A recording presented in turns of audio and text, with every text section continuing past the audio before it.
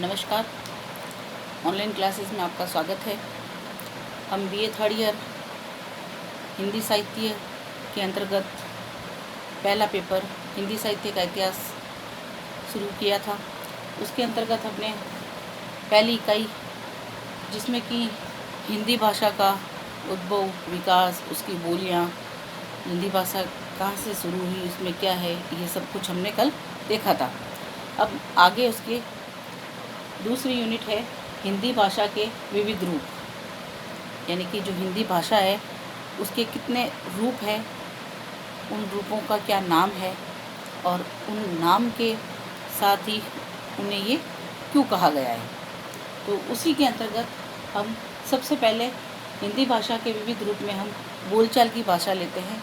बोलचाल की भाषा, जिसे कि मदर टंग कहा जाता है, जो बच्चा अपने परिवार से सीखता है। बच्चा सबसे पहले भाषा अपने परिवार से सीखता है, बोलना अपने परिवार से सीखता है, और अपने परिवार द्वारा जो भाषा सीखी जाती है, जो अपनी माता पिता के द्वारा, जो अपने आस पड़ोस के द्वारा जो भाषा सीखी जाती है, उसे बोलचाल की भाषा कहा जाता है। उसी बोलचाल की भाषा में व्यक्ति अपने विचारों का आदान प्रदान करता है, अपनी बात किसी और को समझा सकता है, किसी और की बात खुद समझ सकता है, और अपने मन के विचार, अपने मन के भावों को व्यक्त कर सकता है, बोलचाल की भाषा। और ये बोलचाल की भाषा व्यक्ति अपने आसपास में रहने वाले, अपने नज़दीकी सगे संबंधी से ही ये बोलचाल की भाषा का प्रयोग किया जाता है। इस बोलचाल की भाषा में प्रत्येक समूह की, प्रत्येक परिवार की, प्रत्येक जगह की, प्रत्येक मोहल्ले की, प्रत्येक क्षेत्र की, सभी की अपनी एक अलग भाषा हो सकती है। सबकी, देखो, चाहे जैसे हम कहते हैं कि राजस्थानी के अंतर्गत मारवाड़ी में अब सारे लोग मारवाड़ी बोलते हैं, लेकिन उसी मारवाड़ी को बोलने में हर किसी के बोलने में कुछ न कुछ शब्दों का फ़र्क आ ही जाता है।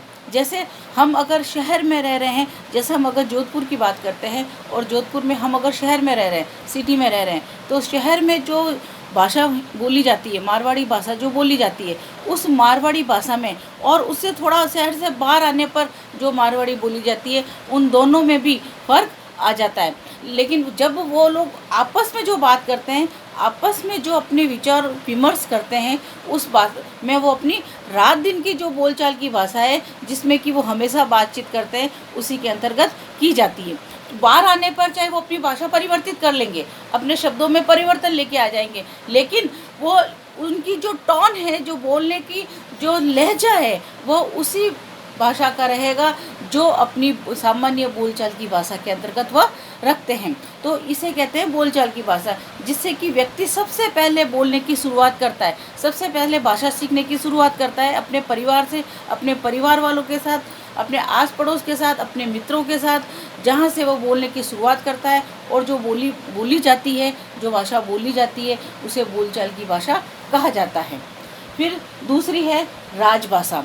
राजभाषा का तात्पर्य है, भारत की संविधान से पहले हिंदी में राजभाषा शब्द का प्रयोग प्रायः नहीं मिलता था। यानी कि जब हमारा संविधान बना, उससे पहले राजभाषा का कोई भी संबंध नहीं था। क्यों? ये देखो, राजभाषा, राज इसमें क्या लगा है, राज इसमें जो विसर्ग लगा है, प्रत्यय लगा है, तो उसका अर्थ है कि राज यानी कि राजकार्य, सरकारी कार्य। तो जब हमारा संविधान ही नहीं बना और हमारे कानून ही नहीं बने कि हमें कहाँ पर क्या कार्य करना है, हमारे अधिकार क्या है, हमारे कानून क्या है, तो उससे पहले हमें राजभाषा की आवश्यकता नहीं हुई। लेकिन जब से भारत संविधान हुआ है और संविधान बना है, तब से हमें राजभाषा का उपयोग लाना उचित लगा। तभी सबसे पहले 1949 में भारत के महान नेता श्री राजगोपालाचार्य ने भारतीय संविधान सभा में नेशनल लैंग्वेज के समानांतर स्टेट लैंग्वेज शब्द का प्रयोग इस उद्देश्य से किया। नेशनल लैंग्वेज इसका और स्टेट लैंग्वेज, यानी कि राजभाषा और संपूर्ण भाषा, राष्ट्रभाषा और राजभाषा, दो शब्द दिए, इसलिए दिए ताकि दोनों में फ़र्क कर सकें और दोनों के स्वरूप को अलगाने वाले विभेदक रेखा को समझा जा सके। संविधान सभा की कार्यवाही के हिंदी प्रारूप में स्टेट लैंग्वेज का हिंदी अनुवाद राजभाषा किया गया, यानी जो स्टेट लैंग्वेज बताई गई उसका हिंदी रूपांतरण राजभाषा के रूप में किया गया और इस प्रकार पहली बार ये शब्द प्रयोग में आया। बाद में संविधान का प्रारूप करते समय स्टेट लैंग्वेज के स्थान पर ऑफिशियल लैंग्वेज हो गई और धीरे धीरे जो ये राजभाषा है वो क्या हो गई, ऑफिशियल लैंग्वेज, यानी कि ऑफिस में काम आने वाली जो भाषा है उसे राजभाषा कहा जाता है। तो जो इसको हम हिंदी रूप में कहा जाए तो जो कार्यालयी भाषा है, जो कार्यालयों में जो काम आती है उस भाषा को हम राजभाषा का नाम दे सकते हैं। यह शब्द का प्रयोग बाद में संविधान का प्रारूप करते समय आया जिसे ऑफिशियल लैंग्वेज कहा गया और ऑफिशियल लैंग्वेज का हिंदी अनुवाद राजभाषा यानी कि सरकारी या कार्यालयी भाषा के रूप में किया गया।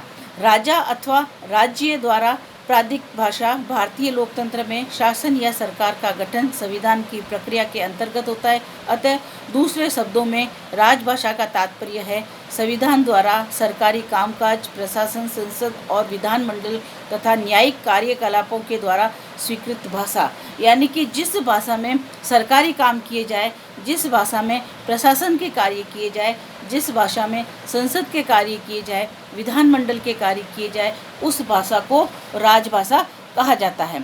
और दूसरी बात, राजभाषा अपने अपने क्षेत्र की अलग अलग हो सकती है। कैसे?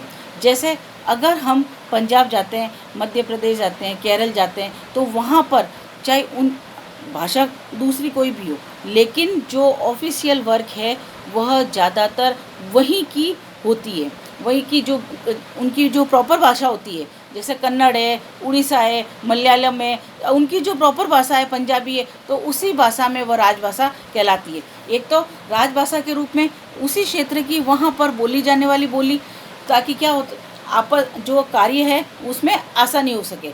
और दूसरी बात, अगर सामूहिक रूप से ली जाए, सबके साथ एकत्रित रूप से अगर एक भाषा के रूप में ली जाए, तो उस राजभाषा के रूप में इंग्लिश को मान्यता दी गई है। क्यों? कि जो ज़्यादातर सरकारी कार्य है वो किस में की जाती है? अंग्रेजी में किया जाता है। क्यों? कि पहले ये कहा गया था कि जब भारत आज़ाद हुआ था और जब संविधान बना था और जब भाषा के बीच में तर्क हुआ था, तब ये कहा गया था कि आज़ादी के 14 साल तक अंग्रेजी का प्रयोग किया जाएगा, जब तक कि हिंदी अपने पूरे समर्थन में ना आ जाए। जब हिंदी पूर्ण रूप से समर्थन में आ जाएगी तब तक हमें इंग्लिश को ही राजभाषा के रूप में काम में लेना होगा। लेकिन धीरे धीरे आज ये स्थिति आ गई है कि आज भी हमारे मुख्य रूप में अगर देखा जाए तो राजभाषा इंग्लिश ही मानी जाती है। क्यों? कि आज के जो कार्य है वो सारे कार्य किससे होते हैं? ऑनलाइन होते हैं, और ऑनलाइन में ज़्यादा भाषा किसकी होती है? इंग्लिश की होती है। हम अगर कोई भी सरकारी कार्य हो, चाहे कोई भी कार्यालय कार्य हो, उसको करते हैं तो हमें कंप्यूटराइज करना पड़ता है, और उस कंप्यूटराइज में ज़्यादातर भाषा कौन सी काम आती है? अंग्रेजी काम आती है। एक छोटे से उदाहरण के स्वरूप, अगर हम किसी भी वैकेंसी का, किसी भी नौकरी का या किसी भी पढ़ाई का हम अगर फॉर्म भरते हैं तो वो फॉर्म ऑनलाइन भरा जाता है, और उस ऑनलाइन फॉर्म में भरने का जो प्रोसेस है, मीडियम है, वो अधिकतर इंग्लिश ही होता है। तो इसलिए राजभाषा के रूप में एक तो वहीं की क्षेत्रीय भाषा और दूसरा अंग्रेजी को महत्व दिया गया है। फिर अगली है हमारी रचनात्मक भाषा। रचनात्मक भाषा जिसमें कि हम देखो, रचनात्मक भाषा के दो अर्थ हो सकते हैं। रचनात्मक भाषा का अर्थ ये है, एक जिसमें कि हम रचनाएं लिखी जाती है, तो जो रचनाएं लिखी जाती है वो भी अपने क्षेत्र के, हम जहाँ के रहने वाले हैं उसी भाषा में हम रचनाएं लिखते हैं। तो हमारी भाषा कौन सी होगी? हम अगर कुछ लिख रहे हैं तो हम किस में लिखेंगे? हम हमारी भाषा में लिखेंगे। तो वहाँ की भाषा जिसमें कि हम रचना कर रहे हैं, जिसमें कि हम रचनाएं लिख रहे हैं, चाहे वह साहित्य के रूप में हो, चाहे वह किसी दूसरे क्षेत्र के रूप में हो। अगर एग्जाम्पल के तौर पे, उदाहरण स्वरूप हम ये कहें कि अगर वैज्ञानिक ने कुछ खोज की और उस वैज्ञानिक ने खोज की, तो वो वैज्ञानिक जो भी खोज की उसमें कौन सी भाषा का प्रयोग करेगा? वैज्ञानिक जिस भाषा का होगा, या तो जिस भाषा का होगा उसमें, और या फिर वो अंग्रेजी में उसका रचना करेगा। उसकी जो भी उसको लिखित रूप देना होगा वह देगा, चाहे वो वैज्ञानिक रूप में हो, चाहे वह कानूनी रूप में हो, चाहे वह साहित्यिक रूप में हो, चाहे किसी भी रूप में हो। व्यक्ति जिस भाषा को जानता है उसी भाषा में अपनी रचना को रचित करेगा, अपनी रचना को लिखेगा, चाहे वह किसी भी क्षेत्र का हो, चाहे वह किसी भी विषय वस्तु पर लिख रहा हो, उसी में करेगा। अगर उसे अपनी भाषा के अलावा उसे आगे बढ़ाना हो या एक से अधिक के संपर्क में लाना हो तो वह उसके साथ में अंग्रेजी का प्रयोग करता है, अंग्रेजी में उसका अनुवाद करता है ताकि वह उसकी रचना एक से अधिक व्यक्ति पढ़ सकता है। और अगर यही रचनात्मक हिंदी के हैं तो वो अपनी भाषा के अलावा हिंदी में भी कर सकता है, तो उसे कहते हैं रचनात्मक भाषा। फिर है राष्ट्रीय भाषा। राष्ट्रीय भाषा के रूप में किसी राष्ट्र के अधिकांश लोगों के द्वारा जो व्यवहार में जो भाषा आई जाती है उसे हम राष्ट्रीय भाषा का नाम देते हैं। और जो विभिन्न प्रांतों में, विभिन्न लोगों में जो भिन्न भिन्न भाषाओं को समझ सकते हैं, भिन्न भिन्न भाषाओं के रूप में उसका जो उपयोग कर सकते हैं उसे हम राष्ट्रीय भाषा कहते हैं। और जिससे कि हम एक दूसरे से संपर्क कर सकते हैं, एक दूसरे से बातचीत कर सकते हैं। जैसे हम यहाँ हैं और यहाँ से हम कहीं और गए और हमें वहाँ की भाषा नहीं आ रही हो, वहाँ उन लोगों को हमारी भाषा नहीं आ रही हो, तो हम ऐसी भाषा जिसमें कि हम अपनी बात उन्हें कह सकते हैं और उनकी बात हम उनसे समझ सकते हैं, उसे हम राष्ट्रीय भाषा का नाम देते हैं। तो ऐसे में जब धीरे धीरे ये पता चला कि हिंदी भाषा ऐसी भाषा है जिसको कि हम कहीं पर भी काम में ले सकते हैं, कहीं पर भी हम अपने भावों को बता सकते हैं और उनके भावों को समझ सकते हैं, तो हिंदी को राष्ट्रीय भाषा का दर्जा दिया गया। लेकिन आज यह स्थिति है कि आज हम इस असमंजस्य में है कि हिंदी को राष्ट्रीय भाषा कहा जाए या नहीं कहा जाए। कहीं पर भी यह बिल्कुल भी स्पष्ट नहीं किया गया है कि हिंदी राष्ट्रीय भाषा है या नहीं है। राष्ट्रीय भाषा अपने ही देश की भाषा हो ये आवश्यक नहीं। एक भाषा का व्यवहार करने वाले यदि दूसरे देश पर अधिकार कर लेता है तो अपनी भाषा को ही राष्ट्रीय भाषा बना देता है। उदाहरण स्वरूप अंग्रेज अमेरिका, ऑस्ट्रेलिया में न केवल बस गए अपितु वहाँ का शासन भी प्राप्त कर लिया। अंग्रेज जिन्होंने हमारे यहाँ भी शासन किया, हमारे यहाँ पर भी उन्होंने अपनी जो एक भाषा छोड़ी अंग्रेजी, जो आज तक यहाँ पर शासन कर रही है। और नाम के तौर पर हम हिंदी को राष्ट्रीय भाषा कहते हैं, लेकिन अंग्रेजी का ज़्यादा प्रचलन है। मैंने आपको अभी पहले भी बताया था कि जब हमारा देश आज़ाद हुआ था और जब भाषा के बीच में आपसी जो बातचीत हुई थी तब ये कहा गया था कि 14 साल तक अंग्रेजी को काम में लिया जाएगा जब तक कि हिंदी अपने पूर्ण स्वरूप में ना आ जाए। लेकिन आज स्थिति ये हो गई है कि हिंदी को राष्ट्रीय भाषा बनाने के पश्चात भी हम हिंदी को राष्ट्रीय भाषा का दर्जा नहीं दे सकते। क्यों? कि हिंदी से ज़्यादा हम अंग्रेजी को काम में लेते हैं और उसी अंग्रेजी में हम सारे कार्य करते हैं। आज के लोग, आज के व्यक्ति, आज की कोई भी बुद्धिजीवी को अगर पूछ लिया जाए तो वो अपने बच्चे को हिंदी मीडियम की बजाय अंग्रेजी मीडियम में पढ़ाना ज़्यादा बेहतर समझेगा। वो अगर किसी को अंग्रेजी नहीं आती है तो वह अंग्रेजी बोलने वाले के सामने अपने आप को हमेशा हीन भावना की नज़र से देखेगा। तो उसमें राष्ट्रभाषा के रूप में तो हमने हिंदी चुनी, लेकिन हमने ज़्यादा से ज़्यादा मान्यता किसको दी? अंग्रेजी को दी। तो राष्ट्रीय भाषा वैसे तो उसको कहा जाता है जो कि ज़्यादा से ज़्यादा लोगों में बोली जाती हो, और अगर इस रूप में देखा जाए तो हिंदी नहीं, हम अगर अंग्रेजी को राष्ट्रीय भाषा कहें तो कोई दो राय नहीं होगा। फिर अगली संपर्क भाषा।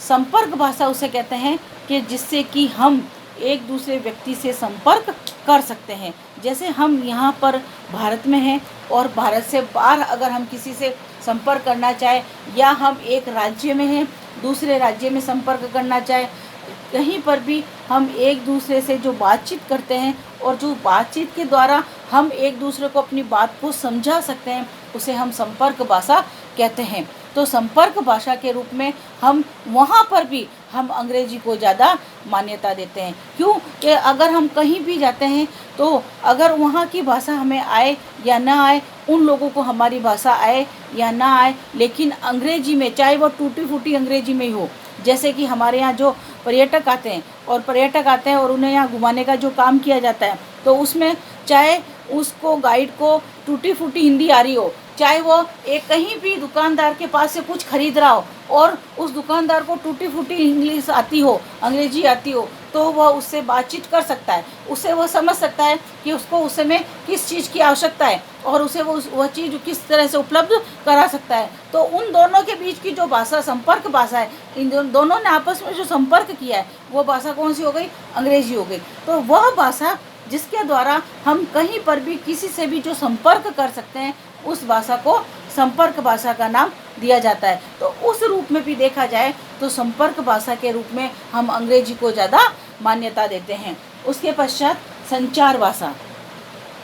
संचार भाषा जिसे कि हम मीडिया की भाषा भी कह सकते हैं, जिसके के द्वारा हम किसी भी चीज़ का संचार कर सकते हैं। हम हमारी चीज़ों को, हमारी वस्तुओं को, हमारे किसी भी विषय को हम एक व्यक्ति से दूसरे व्यक्ति तक, एक शहर से दूसरे शहर तक, एक विषय से दूसरे विषय तक जब पहुंचाते हैं तो उसे हम संचार भाषा कहते हैं। संचार भाषा जैसे कि हमारे रेडियो की भाषा है, जो हमारी टेलीविज़न की भाषा है, हमारे जो कंप्यूटर की भाषा है, हमारे जो न्यूज़पेपर की भाषा है, उसे हम संचार भाषा कहा जाता है। इस संचार भाषा में भी क्योंकि देखो, जहाँ पर भी हम अगर चैनल में भी देखा जाता है, जो हम टीवी चैनल देखते हैं, तो टीवी चैनल के अंतर्गत भी सारी भाषाओं के चैनल आते हैं। यानी कि सारी भाषाओं के चैनल, जहाँ जिस क्षेत्र की जो भाषा होती है, उस क्षेत्र की भाषा के अनुसार ही वहाँ पर वह चीज़ बताई जाती है, ताकि क्या हो, वह लोग ज़्यादा से ज़्यादा उसको समझ सकते हैं।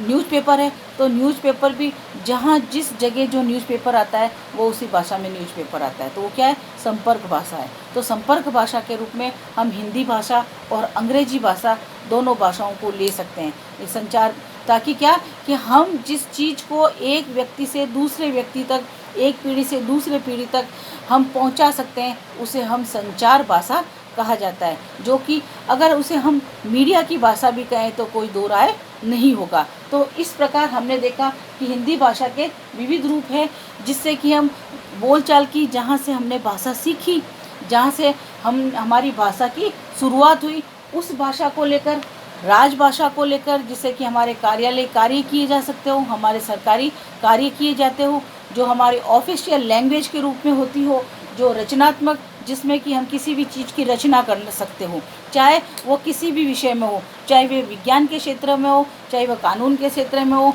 चाहे वह साहित्य के क्षेत्र में हो, चाहे वो भूगोल के क्षेत्र में हो, चाहे किसी भी क्षेत्र में हम किसी भी चीज़ की जो रचना करते हैं और उस रचना में जो भाषा को काम में लेते हैं, उसे हम रचनात्मक भाषा का नाम देते हैं। राष्ट्रीय भाषा जिसे कि ज़्यादा से ज़्यादा लोग बोलते हो, ज़्यादा से ज़्यादा लोग जिसे समझते हो, उसे हम राष्ट्रीय भाषा का नाम देते हैं। संपर्क भाषा, जिस भाषा के द्वारा हम किसी भी व्यक्ति से संपर्क बना सकते हैं, किसी भी व्यक्ति से हम हमारे भावों को बता सकते हैं, उसकी भावों को समझ सकते हैं, आपस में तालमेल बैठा सकते हैं, उस भाषा को हम संपर्क भाषा नाम देते हैं। संचार भाषा जिससे कि हम हमारे मीडिया के द्वारा, हम हमारे संचार के द्वारा किसी भी विषय वस्तु को हम एक व्यक्ति से दूसरे व्यक्ति तक, एक शहर से दूसरे शहर तक उसका विज्ञापन कर सकते हो, उसका फैलाव कर सकते हो, उसका ज़्यादा से ज़्यादा उपयोग करवा सकते हो, उसको हम संचार भाषा का नाम देते हैं। इस तरीके का ये संचार भाषा, ये सारी भाषा के विविध रूप हो गए। इसी के अंतर्गत जो हिंदी का शब्द भंडार है, वैसे तो हमने हिंदी का शब्द भंडार कल जो हिंदी भाषा के अंतर्गत आए थे उसमें हमने इसका जिक्र कर लिया था, और उसमें देखा जाए तो शब्द भंडार में क्या तत्सम शब्द जो हमारे हिंदी में, मैंने आपको कल भी बताया था, हिंदी भाषा के अंतर्गत जो शब्द आते हैं उसमें सबसे पहले तत्सम शब्द आते हैं। तत्सम शब्द क्योंकि हमारे जो पहले जो भाषा रही संस्कृत रही, और संस्कृत के कुछ शब्द ऐसे हैं जो हमने हिंदी में जैसे के तैसे ले लिए, उसे हमने क्या कहा? तत्सम शब्द नाम दिया गया। फिर तद्भव शब्द जिसमें कि हमने परिवर्तन किया, उसे हमने क्या कह दिया? तद्भव शब्द नाम दे दिया गया। यानी कि हमने जो शब्द लिए, संस्कृत के जो शब्द लिए और उन संस्कृत के शब्दों में कुछ परिवर्तन कर दिया सुविधा के अनुसार, कि हम उस शब्द को बोल सकते हैं, आसानी से समझ सकते हैं, हर व्यक्ति को उसको समझा सकते हैं, उसमें परिवर्तन किया, इसलिए उन शब्दों को हमने तद्भव नाम दे दिया। फिर उसके बाद में देशज शब्द, जो शब्द देशज यानी कि उसमें विदेशी भी हो सकते हैं और हमारे यहाँ के जो प्योर ग्रामीण क्षेत्र से हो, ग्रामीण परिवेश से हो, देशज से हो, आंचलिक भाषा के रूप में जिसे हम कहते हैं उसे हम देशज शब्द नाम दिया जाता है। फिर आगत शब्दावली, आगत शब्दावली उसे कहा जाता है जो आयोग द्वारा प्रयुक्त की जाती है। जो हमारी भाषा आयोग है, भाषा आयोग में हर एक वर्ण को, हर एक शब्द को पहले बताया जाता है। बताने के पश्चात कि भाई उसे बताने पर हम उन्हें आसानी से पढ़ सकते हो, आसानी से लिख सकते हो, आसानी से उसका उपयोग कर सकते हैं। तब वह आयोग जब प्रयुक्त करता है तब उस वर्ण को, उस शब्द को साहित्य के रूप में पुस्तकों में लाया जाता है। तो उसे कहा जाता है जो शब्दावली, उसकी एक अलग से शब्दावली बनी रहती है कि हम इन शब्दों को काम में ले सकते हैं। तो उसे कहा जाता है आगत शब्दावली, जो हमें आगे की जानकारी दे सकता हो। फिर उसके बाद में हमारी देवनागरी लिपि, तो देवनागरी लिपि की भी हमने कल जिक्र किया था कि देवनागरी लिपि क्या है। हमारी पहले संस्कृत लिपि थी, संस्कृत भाषा थी। संस्कृत भाषा की लिपि ब्रह्म लिपि थी जो परिवर्तित होकर हिंदी में आई, और हिंदी में जब आई तो उसको लिपिबद्ध करने के लिए हमने देवनागरी लिपि ली। देवनागरी लिपि के अंतर्गत हमारे जो 11 स्वर है, उन 11 स्वरों से हम मात्राएं लगाते हैं। हमारे जो 33 व्यंजन है, 33 व्यंजन से हम शब्दों का निर्माण करते हैं। और उसके बाद में जो हमारे 2 अनुस्वार और अनुनासिक है, जिसके के द्वारा म और न और चंद्र बिंदु का प्रयोग किया जाता है।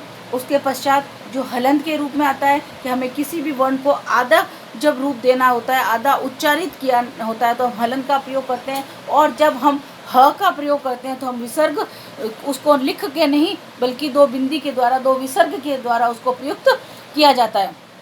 उसके पश्चात जो मानक रूप होता है इसका अंक गणित के रूप में, तो जो हिंदी की जो गिनती है उसको प्रयुक्त की गई है। इस तरीके से हमने देवनागरी लिपि की कल विशेषताओं का भी जिक्र किया था। तो इस तरीके से हमारा जो इसका उद्भव, विकास, इसकी विशेषताएं, ये हमने कल विस्तृत रूप से भी की थी और आज भी हमने इसका कुछ भाग बता दिया गया है। तो इस प्रकार हमारी जो दूसरी इकाई है वह भी आज समाप्त होती है, जिसमें कि हिंदी भाषा के विविध रूप है, हिंदी भाषा को किस किस नाम से जाना जाता है, साथ में हिंदी शब्द भंडार, जो हिंदी में कौन कौन से शब्द आते हैं, और जो हमारी हिंदी लिपिबद्ध की गई है उस लिपि को क्या कहा गया, देवनागरी लिपि कहा गया। और उस लिपि के बारे में भी हमने जानकारी प्राप्त की। तो इससे आगे हम कल अगला टॉपिक लेंगे। आज ये यहीं पर समाप्त होता है।